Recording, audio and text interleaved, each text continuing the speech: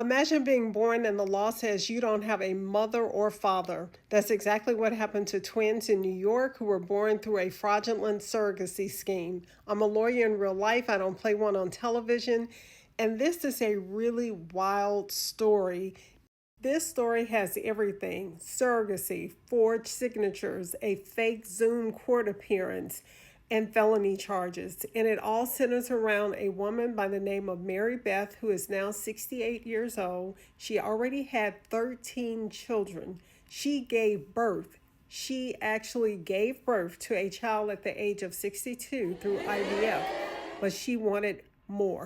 So sit back and let me share this story with you. Mary Beth and Bob Lewis wanted to have a big family. They married when Mary Beth was 25, and they pretty quickly went on to have 5 daughters.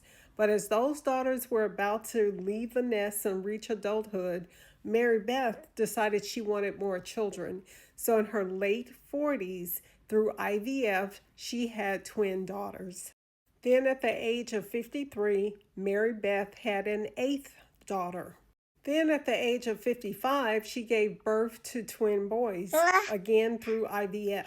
Now they had a family of 8 daughters and 2 boys, a total of 10. Then in 2016, at the age of 59, Mary Beth felt the need to have more children. But the only problem was that she didn't have any embryos left from IVF. So now she decided to get donated eggs and sperm. So now the children would not be genetically related to her. But at the age of 59, Mary Beth gave birth to 2 more children, bringing the total number of children to 12.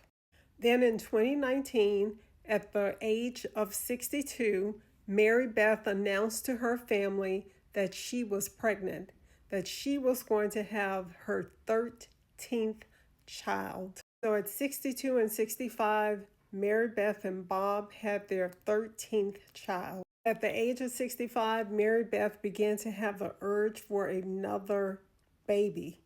And although she had 2 embryos left, these embryos were not genetically related to her. There was a donated egg and a donated sperm. She went to her doctor and she expressed her desire to have more kids. And finally, a doctor said, no, you cannot at age 65 carry any more children. Mary Beth had had 6 C-sections, and the doctor said another pregnancy could kill her. According to Mary Beth, she and Bob did not want to donate the embryos they had left to strangers because they had 3 children who were genetically related to those embryos. And because of their beliefs, the embryos represented life. But Mary Beth wanted another child. And this is where her legal trouble started.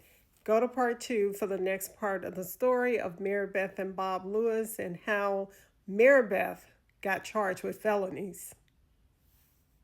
But tell me, what are you thinking so far? 65, wanting another child. You already have had another child at the age of 62. Let me know what you think in the comments.